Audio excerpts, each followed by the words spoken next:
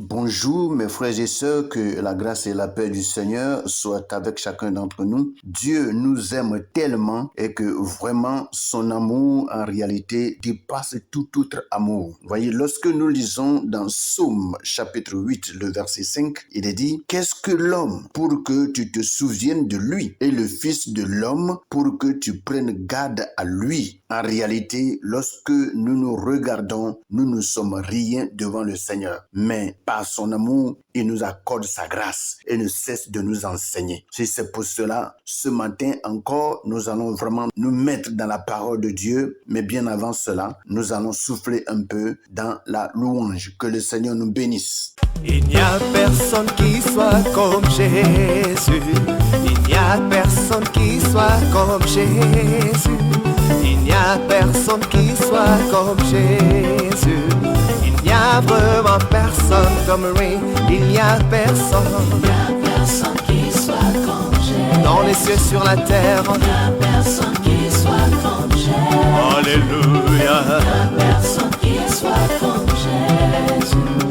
Il n'y a vraiment personne comme Oh oui, il n'y a personne. Il n'y a personne qui soit comme Jésus. Dans les cieux, sur la terre. Il n'y a personne qui soit comme Jésus. Alléluia. Il n'y a personne qui soit comme Jésus. Il n'y a vraiment personne. Oh oui, je l'entends marcher. Marcher, Personne, personne. J'ai tourné en rond. Personne. Alléluia.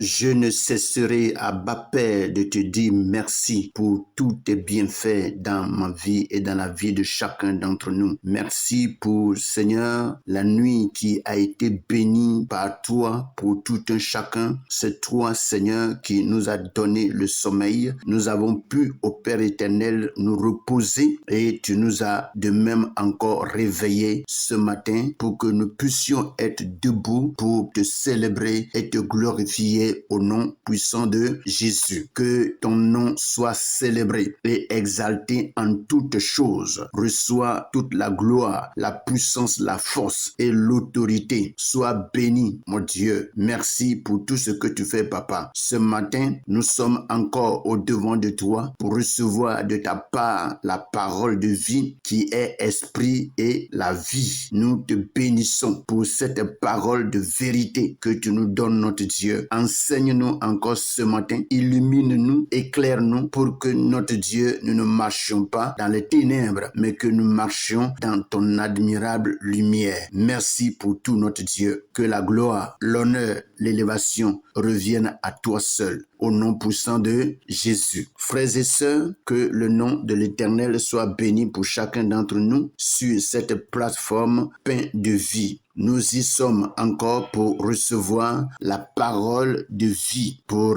nous instruire, nous enseigner et nous éclairer. Et que par cette parole, la bénédiction du Seigneur puisse être notre partage. Sans trop tarder, je vais inviter chacun à prendre la Bible dans le livre de Proverbes chapitre 29. Et je vais lire à partir du verset 7 au verset 9. Je lis dans la version Louis II. Il est écrit: le juste connaît la cause des pauvres, mais le méchant ne comprend pas la science. Les moqueurs soufflent le feu dans la ville, mais les sages calment la colère. Si un homme sage conteste avec un insensé, il aura beau se fâcher ou rire, la paix n'aura pas lieu. Voici ce que Louis II nous dit ce matin. Nous allons rapidement passer à la version français courant. Et je lis à partir du verset 7 dans Proverbes chapitre 29, du verset 7 au verset 9. Il est écrit: le juste sait reconnaître le droit des indigents indigents. Le méchant n'a pas cette intelligence. Les frondeurs mettent une ville entière en effervescence. Les sages apaisent la colère. Si un sage est en procès avec un sot, qu'il choisisse de se fâcher ou de rire, il ne s'en sortira jamais. Voici ce que le français courant nous donne ce matin et nous allons jumeler ces deux versions pour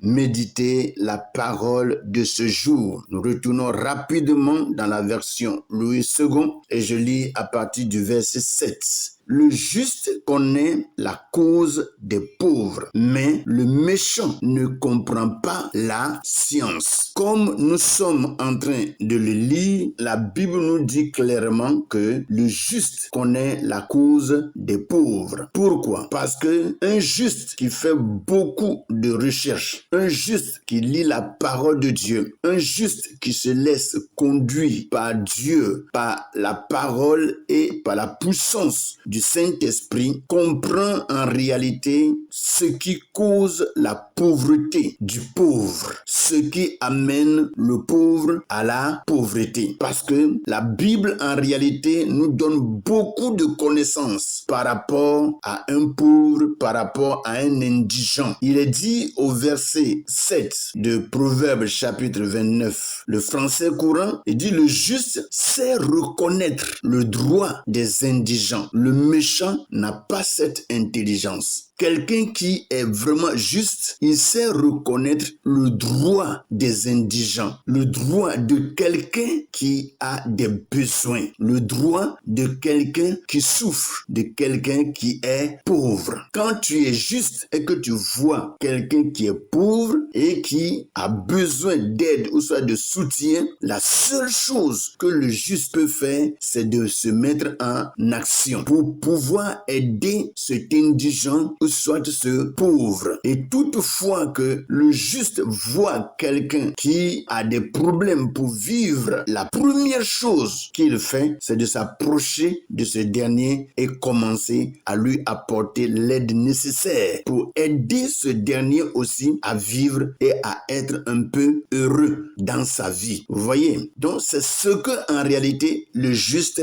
fait. Et la Bible dit que le méchant ne comprend pas cela. Le méchant ne comprend pas la science. Le méchant ne comprend pas la sagesse. Mes frères, la sagesse en réalité demande à ce que nous puissions aider les indigents. La sagesse, vous voyez, si nous disons que nous sommes sages et que nous voyons quelqu'un qui est abattu par des problèmes, par des difficultés, quelqu'un qui est assommé par un mal quelconque et qui en souffre, si nous dépassons ce dernier, notre sagesse n'est pas sagesse. Notre sagesse n'est pas sagesse. C'est la méchanceté. Mais si nous arrivons à nous approcher de cet indigent et à le faire sortir de son indigence au bonheur, vous allez voir que notre sagesse sera vraiment une sagesse très élevée. Alléluia. Et la Bible le dit bien. Il dit: le juste connaît la cause des pauvres, mais le méchant ne comprend pas la science. Le juste sait reconnaître le droit des indigents, mais le méchant n'a pas cette intelligence. Le méchant n'a pas cette intelligence. Or, le juste, lui, il reconnaît, il sait que l'indigent qui est là, il a droit de recevoir de la part de quelqu'un une aide. Autrement dit, il ne peut pas vraiment survivre. Alléluia. Donc, voici ce que Dieu nous dit ce matin par rapport à la sagesse que nous devons avoir pour aider les indigents. Les indigents ont un droit. Ils ont un droit. Et ce droit-là, c'est de recevoir de la part de quelqu'un un soutien. Que le Seigneur nous bénisse. Les moqueurs soufflent le feu dans la ville, mais les sages calment la colère. Les frondeurs mettent une ville entière en effervescence. Les sage apaise la colère. Toutefois que on voit des gens qu'on appelle des moqueurs ou soit des frondeurs qui des fois causent des problèmes et qui mettent toute une ville en difficulté, toute une ville en trouble, lorsque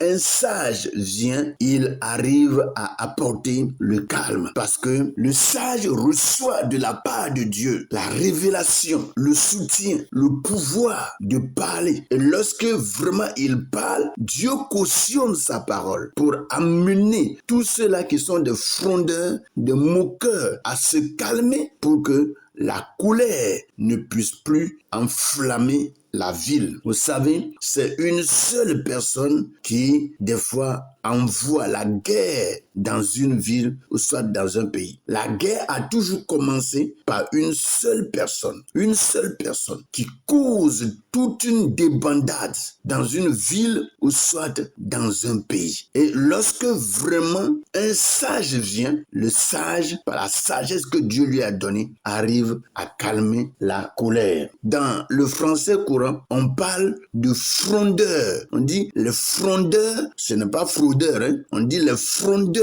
mettent une ville entière en effervescence. Les frondeurs, qui on appelle frondeurs? C'est des gens qui sont très très indisciplinés. C'est des gens qui sont des contestataires, des gens indociles, des perturbateurs, des gens qui ne vivent que par la raillerie. Vous voyez? Et un frondeur est aussi un rebelle. Et Louis II nous dit que c'est le moqueur. Dit le moqueur souffle le feu dans la ville. Mais quand les sages viennent, ils apportent vraiment le calme. Il est bien vraiment de recevoir de la part de Dieu la sagesse. Parce que avec la sagesse que Dieu nous donne, nous pouvons calmer et amener vraiment toute une multitude à éviter de se faire mal. Vous voyez? Donc, que le Seigneur bénisse sa parole et que nous parvenons à être de ces sages qui, très souvent, calment la colère n'importe où que nous nous trouvons. Si un homme sage conteste avec un insensé, il aura beau se fâcher ou rire, la paix n'aura pas lieu. Si un sage est en procès avec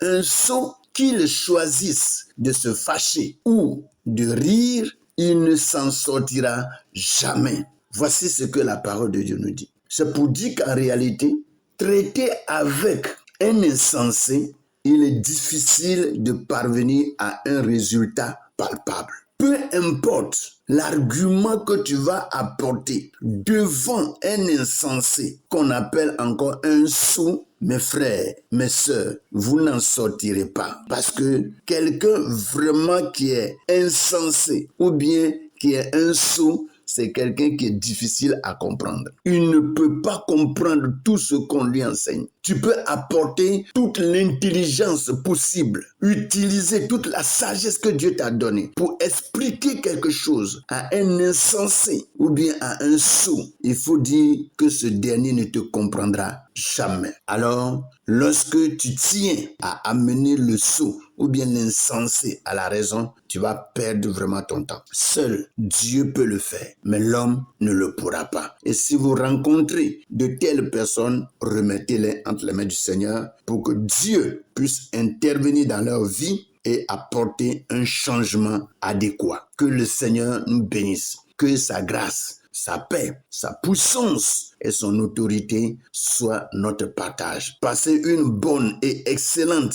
méditation avec le Seigneur et passez une bonne et heureuse journée. Amen.